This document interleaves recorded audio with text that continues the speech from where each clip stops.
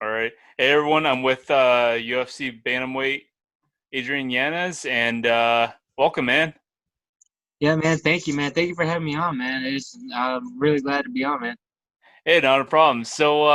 Uh, you know, uh, so obviously, I know you got an upcoming fight in October, but what have you been up to since the Contender series?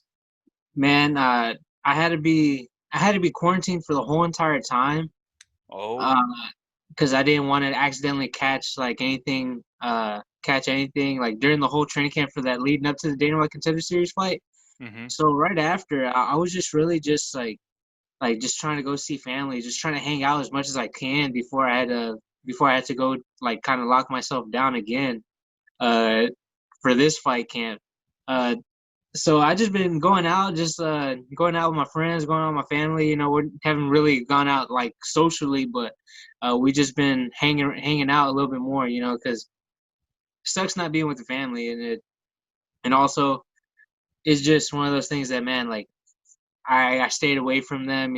Just for the slight chance of coming up positive. So it's just been all family time, man, all family time, friend time, just so whenever I go back into it, I had my time with them.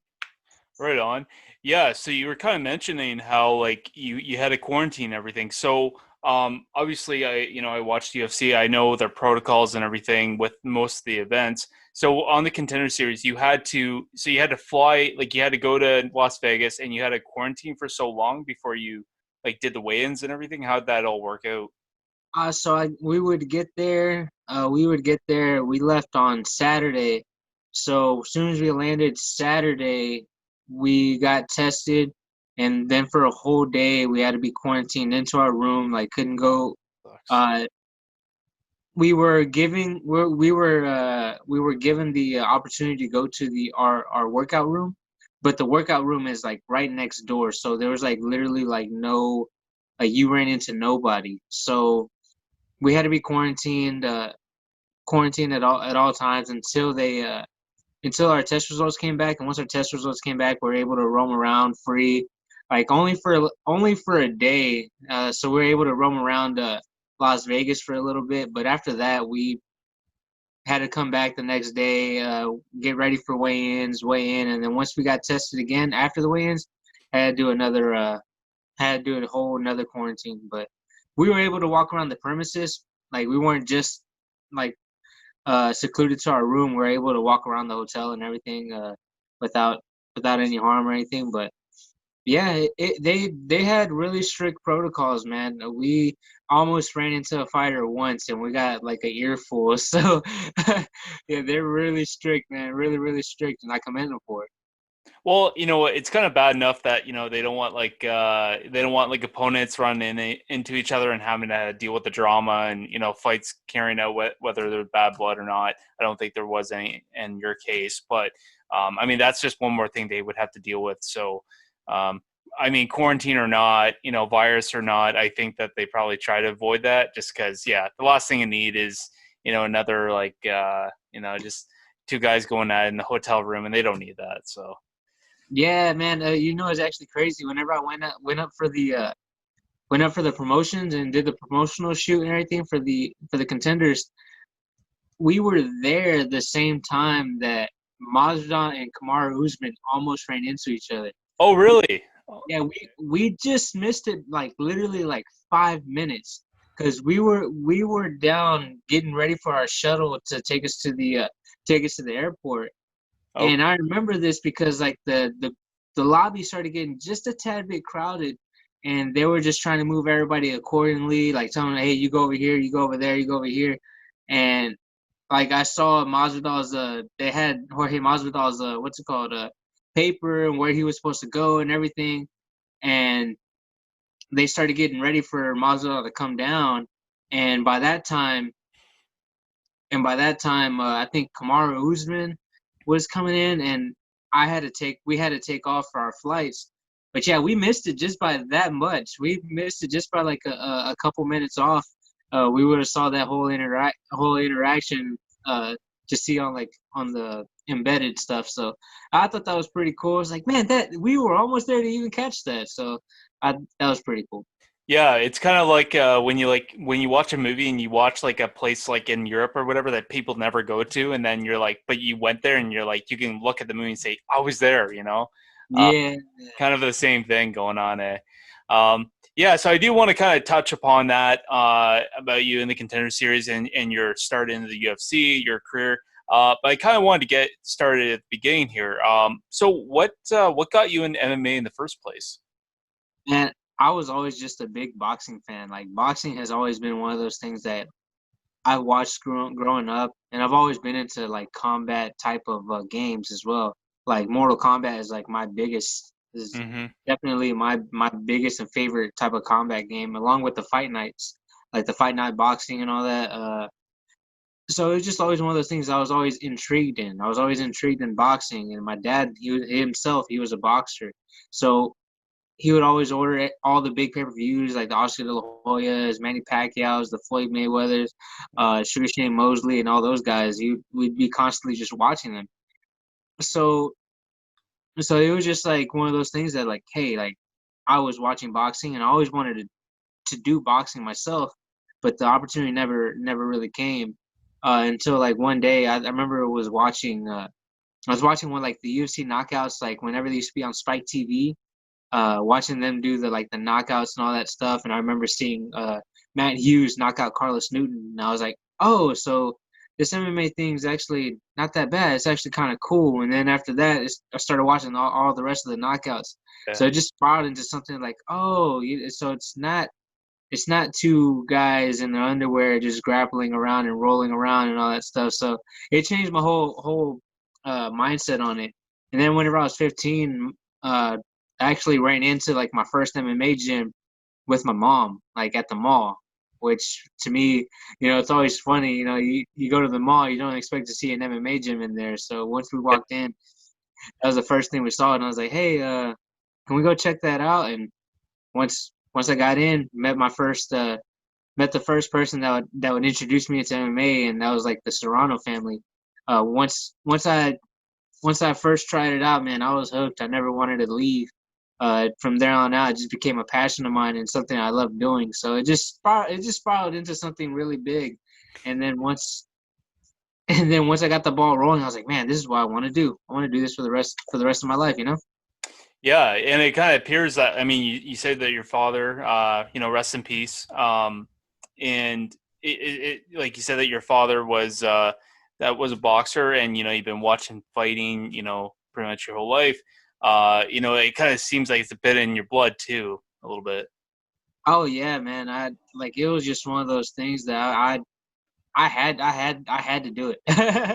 My dad was a boxer. He won the Golden Gloves 3 times as an amateur, and then after that, he was gonna try to go pro, but with the circumstances that he was at at the point in time of his life, he ended up joining the military. Hmm. He joined the Navy, and then he joined the Army, and then lastly he joined the Marines, like all in that sequence. But like where he lived at was like kind of not the best spot to live in.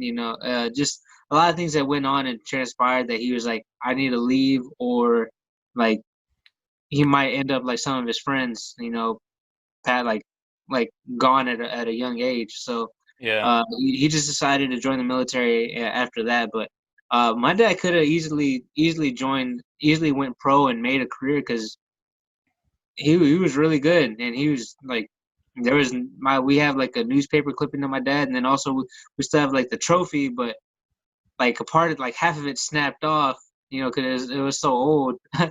But yeah, once I got into MMA, even though my dad didn't know anything about it, he was full on supportive, and we always had like a scrappy type of family. Anyways, I was the youngest out of my brother and my cousin, so I'd get the short end of the stick and get beat up a lot. So it just made me tough.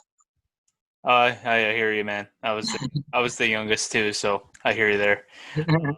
But that's cool, man. And so, kind of moving forward, you've had a bit of a career so far. I mean, you're on a win streak right now. You go into the Contender Series, you get a impressive first round finish for Brady. I'm not gonna say his last name because I'm probably gonna get it wrong. So at that point, all that leading up to that fight and you getting that finish, Did you know right then and there? Yeah, I'm gonna get this contract. I felt like I was gonna get the contract, but it was still like a surreal experience for me. Like I don't know, because sometimes it doesn't show it like a quick fight like that doesn't show like your full potential.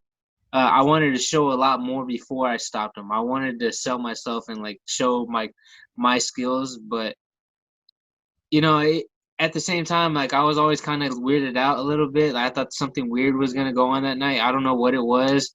I was in my own head. You know, I'm not the like the most confident person like in myself. Like my self esteem isn't really that high. So I was like in my own head, I was like, man, like maybe I didn't get this contract, man. Maybe I don't know. I was just in my own head, just like making problems. So I was like, uh, and it was a weird night because like most of those people were going to decisions, and I was like, well, like in my own head, it was just kind of solidifying. I was like, those they showed more.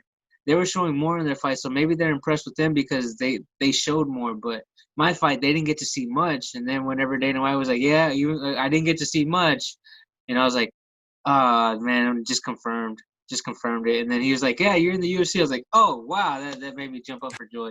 I There. was like, "Oh yeah."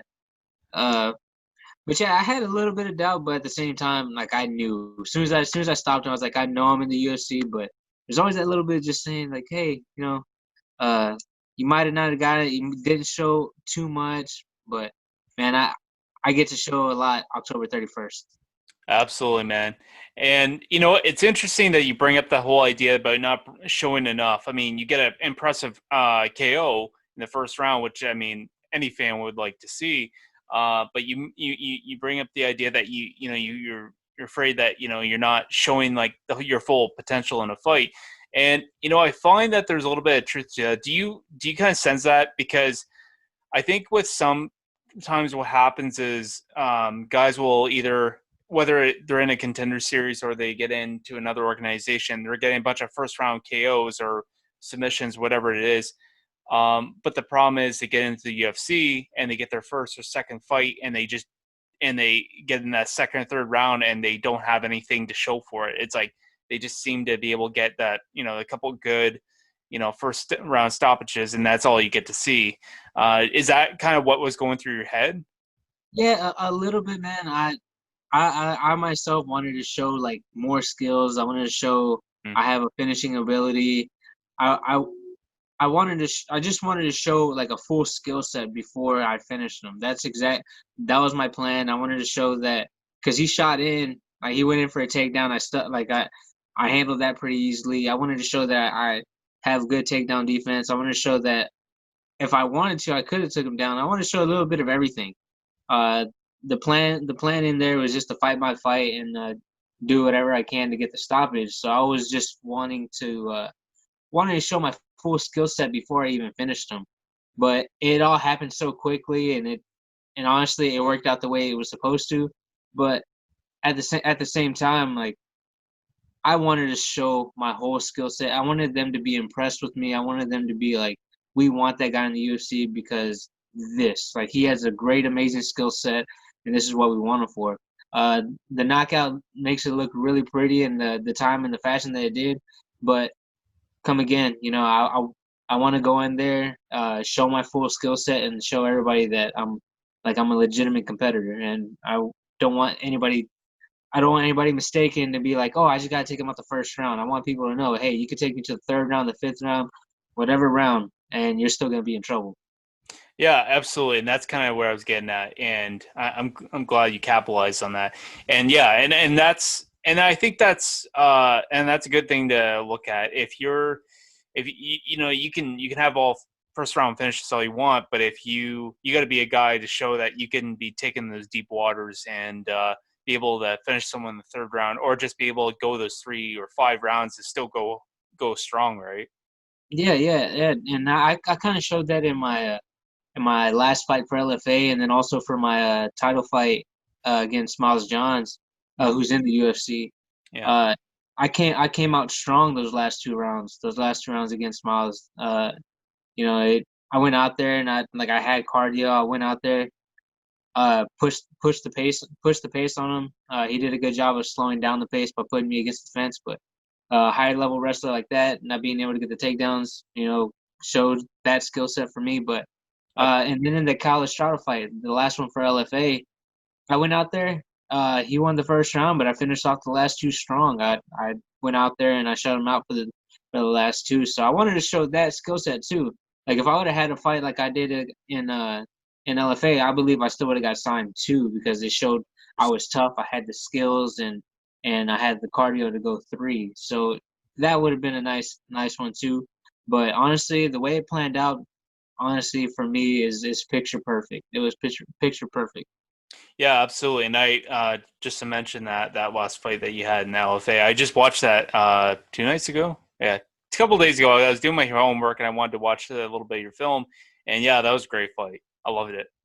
Oh yeah, man. That front kick that he hit me in the face, that guy is super sneaky, man. He sets everything up and it, he's a really tough gritty fighter. Uh so man, it was just one of those things to see because after going with him, he made me realize, I need to diversify my striking a bit. Uh and it also I need to be able to fight differently. I need to set up a little bit more, use my feet a little bit more for setups. So he helped me learn a little bit more in that fight as well. So it's every loss, every win, you learn some things, and I always like to go back and watch the film and see what I can do better for myself, even in a win. Yeah, absolutely. And I think there's the truth of the idea that every fighter you get to it. I like to look at it as like a ladder almost. So you're going up the ladder in your career, and even if you're on a so much win streak, you'll get to a point where you hit a fighter where even if you lose or you win, you get a certain fighter that helps build your game. I think they talk about how every fighter has that one guy that even if you win, they could be a really tough fight, and you learn so much, you gain so much from that one fight in general. Oh yeah, I can just chalk it up to my losses. Like whenever I fought Domingo Pilarte, he got takedowns on me. He was able to take me down. He controlled me for a little bit on the ground. He doesn't have like a Division I wrestling background or anything like that. He didn't go to college for any of it. But then shoot over a couple fights later, and I'm fighting Miles Johns, who went to college for wrestling, and he's like a grade A, like really good wrestler. Uh, Only took me down like twice in that fight, twice, and couldn't hold me down. Hmm. Couldn't like when he had me against the fence. He had me against the fence, and he was looking for takedowns, but he wasn't able to get a lot of them. So you can just see like the advancements in my game from that fight on, Oh, So you can definitely see the growth. yeah, absolutely, absolutely. And kind of just moving on here. So knowing that you're going to be fighting in the bantamweight division, I think that some people would say that that's one of the most exciting divisions in the UFC. I mean, there's no secret that the UFC, all the divisions are just crazy stacked. And in my opinion, as a fan, I think they are as well. But bantamweight for sure is really standing out. A lot of good contenders coming in. How does that make you feel being able to be contending at that weight class? Man, it excites me, man. I love all challenges. I look at the 35 division and everybody's like, man, that's a row of killers, and I'm just like, well, they can be all a row full of killers, they'll kill once, but I'm a murderer, I'm a serial killer, man. I want to keep going, I want to keep chopping these guys down. I'm gonna keep marching down, and I want to fight every single one of them. It doesn't matter who it is, man. There's a lot of guys I like in that division, but at the same time, their names jotted on the contract, man. I gotta fight them. So honestly, I look at this division and it excites me. I'm ready to go. I look at those guys like Corey Sandhagen, man, he's a beast. Aljamain Sterling, he's a beast. Marlon Moraes, he's a beast. The champ himself, Petr Yan, he's a beast. You Yeah. got Chito Vera, that guy's a beast. You got Ricky Simone, that guy's a beast. I can just keep going on and on and on. anybody in the top 10 and top 15 can beat each other on any given day. Oh, So yeah, so looking at it, like I don't think there's too many other divisions like that where it's that competitive in the top 15. yeah, top Top 15 in 15. There's a couple within the top 5 that can beat each other on a day-to-day basis, but when the whole top 15 can beat each other on a day-to-day basis, that's when you know you got a stacked division. And looking at that, that excites me. Yeah, and that division's really it's really developed in the last couple of years.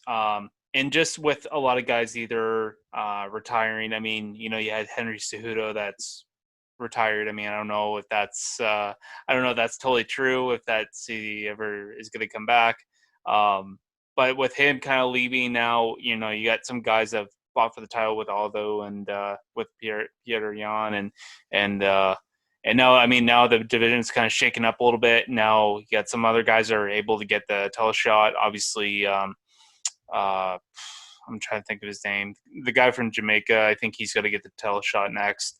But I mean, like and not just the top 15, but I mean, some guys that just got in. I mean, TJ Laramie, he's my homeboy from, and I'm only 40 minutes away from Windsor, so he was obviously on the Contender series, so he'll be in bantamweight. So possibly you might see him one day. And yeah, there's a lot of good guys, and to kind of elaborate on that, I love the fact that they had the Contender series. I think it's even better than the Ultimate Fighter because the Contender series, I find it's a lot more personal. Like for yourself, did you like the fact that you kind of got a little bit of that spotlight? I liked it. I liked it because man, in the Ultimate Fighter, man, you get there's 16 other people. There's you and 15 other people on there. So you had to make yourself stand out in that. Uh, and the Contenders on a given night, you have 9 other fighters that you got to stand out from, especially from the one that you step across the cage from. So you had to make yourself stand out, especially with the great performance. I know they love stories and everything, but uh, like like it was a bit personal whenever they were asking me about the about my story and everything, about what's gone in through my life and everything. So I was a part of me at the time was kind of like at the part of me at the time it was like kind of really hard for me to even just talk about it. But now that I've seen how many people I've helped personally with like me even just sharing my story, you know, that Mm. makes it a lot easier for me just to even speak about it. But like just the whole Contender series, man, just being able to it kind of just zones in and just like zones in on those couple fighters. You don't really get to they like the Ultimate Fighter. You really don't get to know uh where they really came from. You got big like there's some guys that you just look and be like, oh wait, he's fighting that night. Oh oh he's the one that's fighting tonight, and you had no backstory about who he was or anything. So it's real weird, but also the Contenders, man, like you don't have to sit in a house for like 4 to 6 weeks or anything like that. You just show up, you fight, you get to go home. You don't have to stay off social media or anything like that. So it's really cool. It's really really cool. And then also with the opportunities that being able to fight on ESPN Plus, you know, live, getting to fight live and getting live reactions about your fight. So it's really really cool. A lot more beneficial, I believe. And plus, you get the big boost of being a Dana White Contender Series fighter. Yeah, I don't think the Ultimate Fighter really gives that type of a boost anymore. And maybe that's kind of why they haven't done it for a while. And on top of that, I just find the Ultimate Fighter show, as much as there's been a lot of great fighters coming out of there, who are now like top 5 contenders. I just find the whole show is a big fucking soap opera. It's just a bunch of drama, especially with the women. Uh, there's yeah. I know for me, like I had a hard time catching on to the Ultimate Fighter. I remember there was one where I was like legitimately just trying to watch. I was trying to be up, and I think it was on Wednesdays they would come on. But every time I'd come home, it would always be over. So I'd just be like, whatever. So I never really caught too much of the Ultimate Fighter. Hmm. It was just one of those that you know if I missed it, I missed it. I just go up to the Ultimate Fighter finale and just watch that, just watch the wrap up, and just be like, oh okay, well I want to go for this guy, you know. So It's, Well, and that's why I like the Contender series is because, um, yeah, you don't have to go through all that, so many weeks staying at home, but also too as a fan, it's nice to kind of see if you're already kind of if you have prospects in another organization, it's nice to kind of have people that already know who you are, and then they're excited to see you get an opportunity, and then you're all ready, and then they say, oh, now this guy's in the UFC. So if you got your fans and then they got to see get into the UFC. That's awesome. And then and I think too, and obviously talking about how you get the spotlight, then people already have an idea. Oh, I already know who this guy is, and it's nice to kind of get introduced into the UFC that way. oh yeah, definitely. It definitely sparked some momentum for me, especially since I was coming off that Kyle Estrada win. Mm-hmm. A lot of people were already following me and everything. I had a lot of loyal followers from other places that were just really excited to see me. Like soon as they saw me on the ESPN app, like they searched my name and saw that I was on there. They were just like, I had a whole lot of messages of people like, oh man, look, you're on the ESPN app. This is amazing. A lot of people from Twitter, Facebook, Instagram were all hitting me up like, oh man, like I remember where you started. This is amazing to see you here. So it's really cool, man. It's really really cool. Unlike the Ultimate Fighter, like the season might have already ended. Like you might be on episode 4, but you're already at home. So, uh, Yep. like so at least right now you get to see live reactions of everything. So it's really cool. I really like it because people get to grow on you at that moment instead of having to wait for it 4 to 5 weeks later. Yeah, absolutely. And I guess now, kind of moving on, since the Contender series before that, I mean, your last fight was at LFA 78, I believe. And obviously at that time, I don't really think the virus was really kind of spreading too much yet. So everything was pretty much normal. But now fighting in the Contender series that you had no crowd before, obviously you did. So did that have any effect on you? Not so much, man. I had a weird tunnel vision that I had in there. I had a weird sense of calm over myself that I I really didn't even think too much of the fans at all, honestly. And oh man, I was zoned in. I looked across the cage and knew who I had in front of me, and I was like, I got to go out there and stop this guy. And then also too, like a like a couple days before the fight, I was talking to my brother and my coach and telling him like, hey, I'm actually looking forward to no fans because whenever I knock them out, I want to hear the silence. Yeah. Like I want to hear the silence because to me, a knockout you get the whole like all the cheer and applause, but like well shoot, like it's kind of cool because it kind of brought me back to like the Bruce Lee whenever he fought Chuck Norris. Like once they fought, it's just them two. So Yeah. it was just like a weird thing. Like so to me, it was just like one of those things that I was like, man, I want to not like whenever I knock him out, I just want to hear the complete silence. So it was a really cool experience that I'm really happy to say that I got to experience because not a lot of people get to enjoy something like that. So I was really happy to have that. Yeah, absolutely. And before I get any further, I'm sure you've probably been interviewed about this subject so many times, but there's been people calling you the young Masvidal, or so from what I hear, what you're saying is, you appreciate it, but you rather kind of have your own kind of figure, I guess. Can you elaborate on that? Oh yeah, man. I absolutely appreciate the comparisons, man. I absolutely appreciate it. Like it's such the biggest compliment that I've received. I got compared like fighting style. I got compared to Dustin Poirier before, which I those two to me getting compared like fighting level to Dustin Poirier and Jorge Masvidal. To me, I look at it and I'm just like, dude, this is like those are some of the biggest compliments to me because I love watching the fight. I love their fighting style. They have no quit. They keep going. Mm. So I'm I gotta take it as a compliment. But also on the flip side, it's like I want to be that guy that like once I'm at their point that other fighters are getting compared to me. Like, hey, you're like a young version of a Yanez. Like, I want to get. That's where I want to be. That's where I want to. I want to be where they're at, but on my own path, like doing it the way how I'm doing it. It took them like it. They got to where they're at with how they fought, and I want to get to where I'm going the way I fight. So, like, it's awesome, it's cool, but I just want people to be like, man, that's Giannis. It's really cool. It'd be really cool to play on the being a little game bred, but man, I just want to be Giannis. Yeah, no, that's fair. I think you want to be in a league of your own, and I guess talking about Dustin Poirier, I just want your thoughts since you kind of brought him up.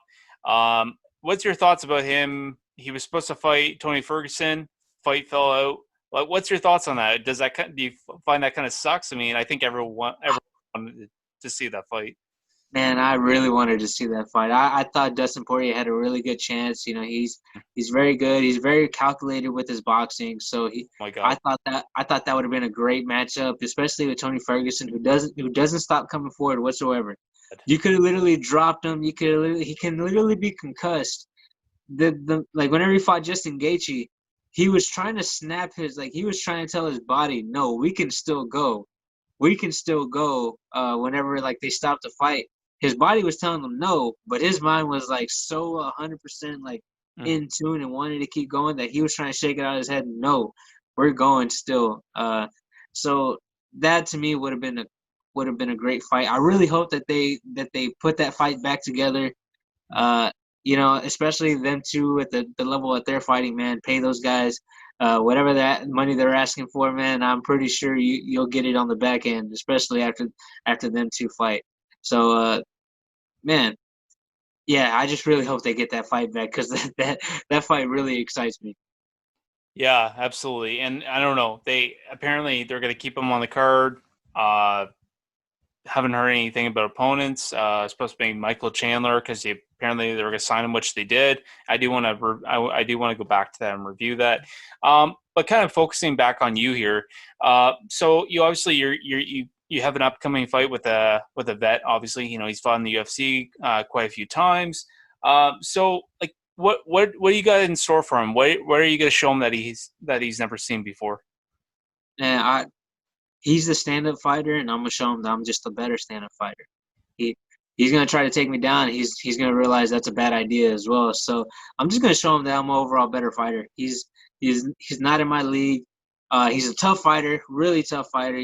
Only the toughest of the toughest get to the UFC, and he's gotten there on 2 occasions. Hmm.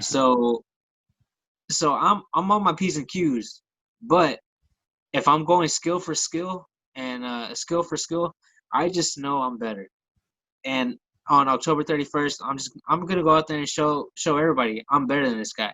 Uh, no, no disrespect to Aaron Phillips, man, but he's hitting the ground. He's gonna hit the ground hard. Oh, good man. And you know what? I mean, and I guess kind of I don't want to take the all that I don't want to take all that power away from you right this second. But for me, that's what I love to hear, and I love to hear when people get knocked out because of there's no crowd when they hit the canvas. It's just that smack on the ground. Oh, and Oh yeah, oh yeah, man. I really want to. I really want to hear that because I had that. I got the knockout against Brady Wong, TKO against Brady Wong, but mm-hmm. man, I want to hear that drop on the floor. I want to hear that drop. I did drop Brady, but it was one of those like he hit the floor, he came back up, and then I made him hit the floor again, but he popped right back up. So so I really want the hey, his back hits the mat, his head bounces off the floor. That's what I want to hear. It's fighting, so expect some dangerous things like that. But that I want that type of a knockout. I want to show up and show out, and I want 50 grand, man. Yeah, you want that 50 G's, absolutely. I think everyone would. But and let's just say that you do win the fight on October 31st.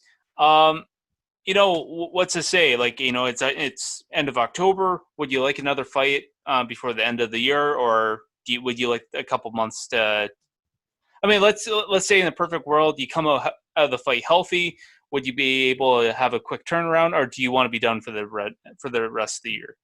I'll say if I get the performance bonus, you probably won't see me till February. But if I don't get the performance bonus, man, I want to fight right before Christmas so I can get all those Christmas gifts before. There. So I have the money to get the Christmas gifts. So yeah, man, quick turnaround. I want to fight.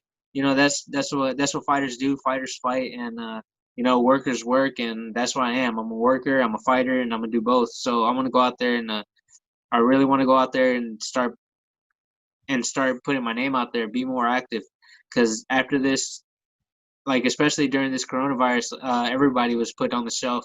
Especially if you're on the regional circuit. Uh, I was on the regional circuit right before I got the Contender series. I was gonna have one fight, but that got canceled. So got canceled due to COVID. So like now that I have not had the opportunity to go out there and fight, I want to take full advantage. I want to make the most of this opportunity because Mm-hmm. all the sports they're starting to finally come back on, but UFC's been has been true to the game and they've been doing everything correctly. And by the time I fight, I'm pretty sure there's gonna be sports going on and everything. But as soon as they come back on, everybody's still gonna be watching the UFC because, man, who doesn't love to watch a fight? Oh, Whenever I'm there, and then whenever I'm there, and I give another highlight reel knockout, go viral again. It just be better for me because I get to be on the. What I'm looking forward to is being on the ESPN Sports Center top 10. So that's what type of knockout I want, man. I oh, want to go viral with my stuff, man. I like that's what I'm here to do, man. I'm here to entertain. I'm here to win, and I'm here to get in impressive fashion. well, I'm loving the energy, man. I'm loving it. And kind of just bringing this on here. So, I mean, there's been some fighters in the past in the UFC who've had a quick jump to the top 15 or top 10, whatever. Is that something that interests you, or would you rather be safe and take your time getting up to the top? Or how do you want to play it? I I gave myself 2 years to crack the top 15, and then 3 years, three to 3.5 years to break into the top five. If I do it faster, that's amazing. But if it takes that time, that a lot of time that I need, build myself up and keep building on my skill, then I'll take it too. Uh, you know, good things come to the people who are patient. But also, if the opportunity presents itself, I'll take it. Just like brisket. You slow cook it for 12 hours. It's gonna come out nice and right. So that's the way I'm kind of taking my career. Is like, hey, slow and steady wins the race. So, but also at the same time, man, hey, like let's just say Sean O'Malley came back and they're like, oh well, his opponent dropped out. I'll jump in. I'll jump in. I'll jump against any of those guys in the top 15. But I still had to make a name for myself. I still had to. Like, I'm one of those people that had to, like, someone's gonna have to be like, hey, let's slow him down right quick because I'm the type of guy who's like, oh, he needs to fight. Like, he needs a fighter. I'm your Huckleberry, man. I'm up there. Like, put me in right now. But like, so like I would like to take my time, but in reality, I know a big part of me is just like, well, if he wants to fight, we can get the fight. So Mhm. I'm a bit of both worlds, man. So Sugar Sean is he's on the radar someday, eh? Dude, they're all on the radar. They're all on the radar. So his name was just up there because it's just one of those things that I see a lot of people talking about. So it's like, yeah, he's up there. He has a bright future ahead of him, just like a lot of these other guys in the 35 division, and we're out here trying to steal that shine. Yeah, yeah, absolutely. And I just wanted your opinion. This weekend, or sorry, I should say tomorrow's card is going to be a huge card. Um, I mean, I don't know why it's not pay per view. It's like totally pay per view worthy. Um, but do you know anything? Have you been updated on it, or have you? Are you planning Oh, on watching it or? oh yeah, I'm gonna be watching it. I'm gonna be watching it. It's gonna have my full attention. I'm gonna try to catch every fight from the prelims to the main event. The fight that I'm really looking forward to is that Nico Price versus Donald Cerrone. Yeah, I'm really hoping Donald Cerrone shows up. I'm really hoping he shows up because if he shows up, that's a great fight. that's a bit. That's a great fight. Another one that I'm really looking forward to is that I think his name is Chimiev and Mershart. Yeah, Okay, I was hoping I wasn't messing up the names, but I really want to see if that dude that European guy Chimiev, if he's all that what they say he is, it'd be really great just to see him get put to the test a little bit because everybody's on that hype train. yeah, I love a hype train, but I always like to see what a fighter has. Like if they go into the second, third round, just like how we were talking about earlier. You get the first couple stoppages. Not most of these fighters, get a little bit too big for the britches, and then all of a sudden the second and third round they don't have it. So I want to see that from him. I want to see a little bit more before like I'm completely on that train. Then also, who else is on that? Who else is on the card? I'm trying to think off the top of my head. a Oh yeah, Johnny Walker, Ryan Spann. That's another one I'm looking good at one too. too. I see. I know Ryan Spann's the underdog. I'm a Texas boy, so I go for Texas guys. So I'm really hoping Ryan Spann goes out there and pretty much just knocks out Johnny Walker. Even though I like Johnny Walker, I really like him because he goes out there. He's a little wild, real crazy. But Texas, I'm all Texas. Not going against any other Texas guys. Fair enough. Fair enough. And what about the main event? I mean, you got Colby Covington and Tyrone, yeah. both coming off a loss. I, It's a kind of a weird fight. I like how I kind of see it is Colby. Like, I mean, as much as everybody knows how he acts and how he carries himself, I know it's just an act. But I mean, the guy's legit. I mean, the guy can fight. But you got Tyron Woodley, who's just not the same Tyron. But I mean, he still has that big right hand, and I mean, he connects. Like, and I'm hoping he connects. I'm hoping he connects, man. I, man, I've been a big fan of Tyron Woodley, man. It's been heartbreaking to see him take those last two losses like the way he did. mhm. Not winning a single round. 10 rounds he didn't win a round. So man, it's to me it's a little bit heartbreaking, man. I don't want to see the champ go out like that. I want to see him go out there and starch Kobe, but man, I wouldn't mind seeing Kobe versus Kamaru too. I Oh, think that would be another good fight. I wouldn't mind seeing that at all because that their like, first fight was a really good fight. So it's a toss up to me, man. I might not like the whole like stick that that Kobe has, because he's just playing it up. I like when people are like more real. I think if he showed more of his real side, because I seen him talking to like young people. Like there's a video on YouTube where he was talking to a young guy and he was being genuine and telling him some really good things and he was just being himself. Uh, and I saw that and I was like, he's just a really good guy, but he just puts on this like this face. Same thing with Henry Cejudo. Same thing with Henry Cejudo. Henry Cejudo is just trying to be the king of cringe. At the end of this, he's a really really good guy. But man, like man, just stop, dude. You're a good person, and the way you fight is like gonna sell itself. mhm.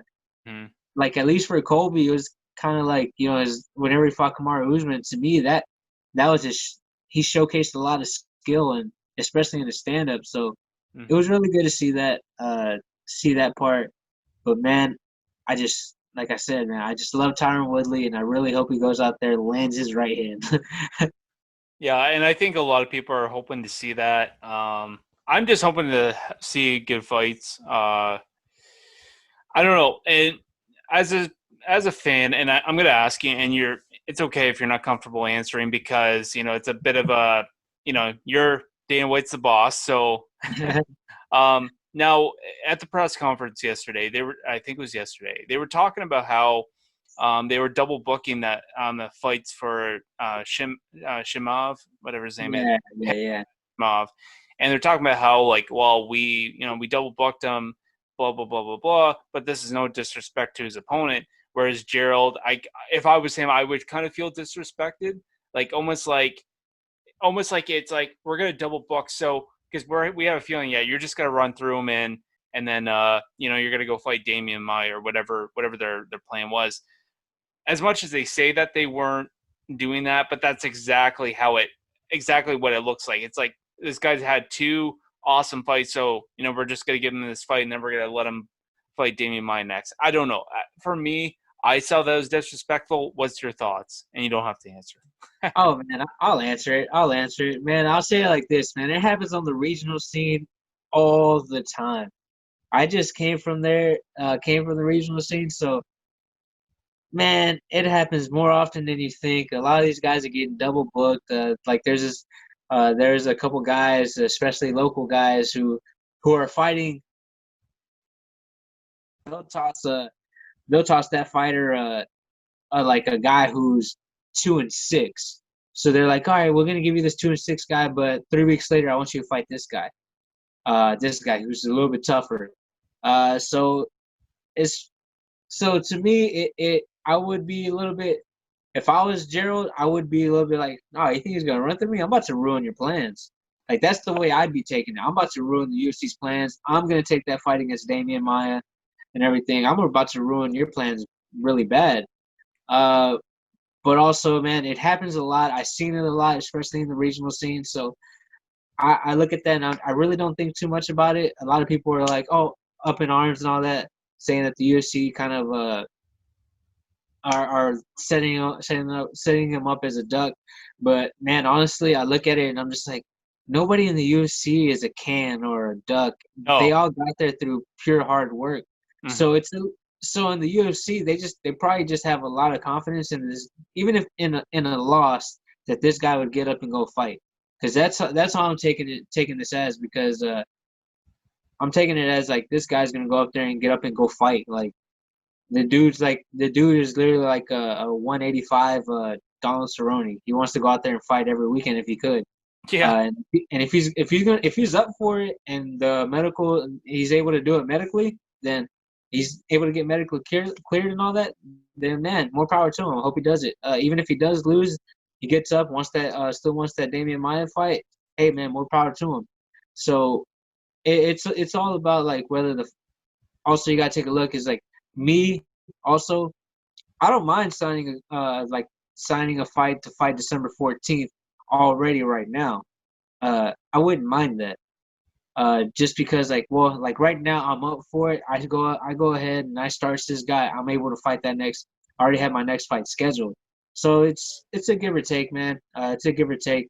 If I was his opponent, I'd be taking it as like I'm just gonna ruin the UFC's plans. That's how I take it. Yeah. Uh, And a lot of, yeah, sorry. yeah. uh, well, I'll say I'll just Hey, finish it off by saying by saying the media kind of overthinks that one a little bit. Uh, if anything, man, like they made a story about it and just kind of rolled with it.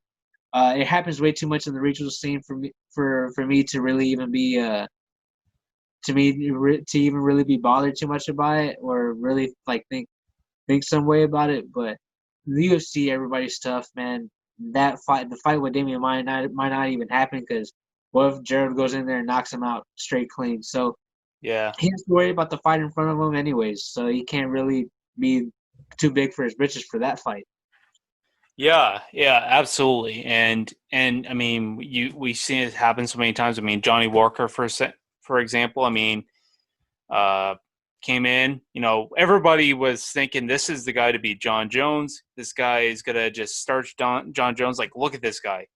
And then he got knocked out by Corey Anderson, which everybody looked at Corey Anderson almost like a stepping stone. I think like the comments I saw on Facebook and social media was very much like, "Oh, he's got to take care of Corey Anderson," blah blah blah blah blah, and then Corey Anderson just starched him, and it's like, okay, well, there you go. And I value more hard work.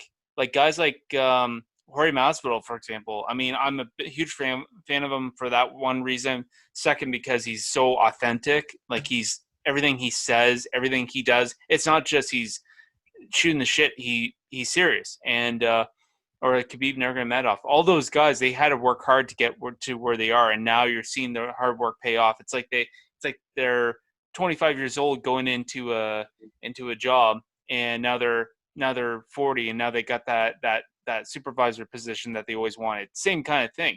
They finally put that hard work in. Now they're getting paid the big bucks. Now they're doing all the hard work. And so I guess I don't think that there's anything that's called unfair. I mean, there's some guys that just jump up in the rankings quick, and that's just their destiny or their fate. But for myself, I really respect the guys that put the hard work in, work their way up, work hard, put the work in, fight all the tough guys to get to where they are and show what they're made of, I guess. Oh yeah, yeah, I respect that too. Like Dustin Poirier is a really good example as well. He Yeah, fought his way, like he's had so many fights before he even got his title shot. So, yeah, I can respect a lot of stuff like that. At the same time, with all these guys, fighting, they have to pay attention to the guy in front of them. absolutely. You can't be looking past these guys at all. You can't. You just absolutely can't. Because man, you end up getting on the wrong side of a decision, the wrong side of like just like great example that Corey Anderson and Johnny Walker fight. They Yeah, were out there like, oh, after this fight he fights John Jones.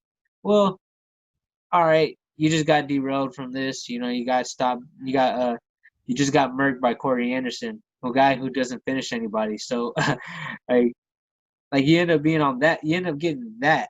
So you got to pay attention to the person in front of you. You can't look past this guy because all these people are dangerous. They're in the UFC. If they're in the UFC, you're a dangerous fighter. So, like, same thing with me on for October 31st. I'm fully invested in fighting Aaron Phillips. Of course, I would want to like look ahead, but I'm not going to because that's the fight in front of me. The guy's in the UFC. He got back into the UFC twice. He learned his lesson for the first time. Now he's back in.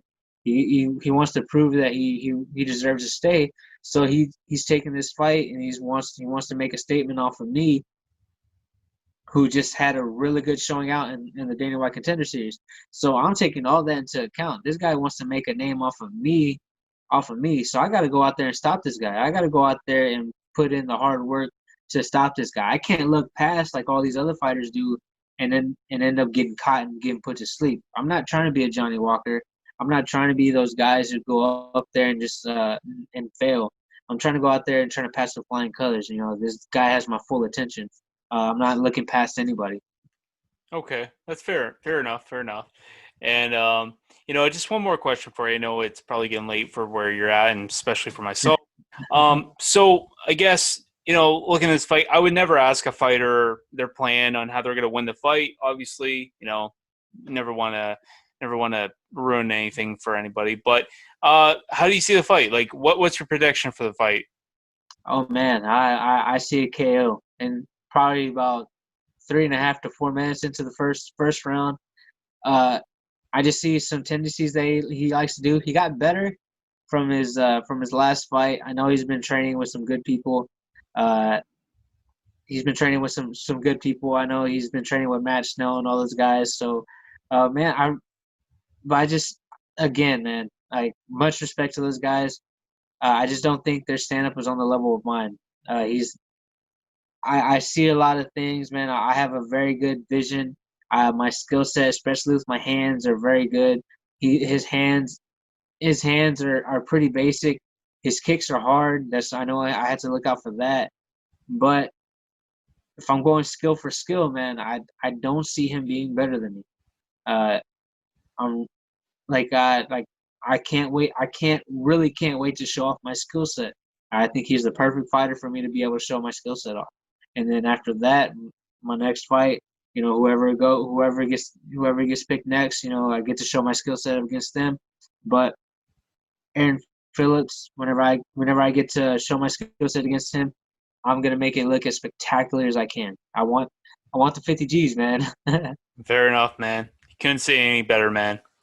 But thanks, man, for taking your time to come on the podcast. I know you just got home from training, so I appreciate you taking your time to come on the podcast and talk about your upcoming fight, your thoughts on the tomorrow's card, and look forward to seeing your fight on the 31st, man.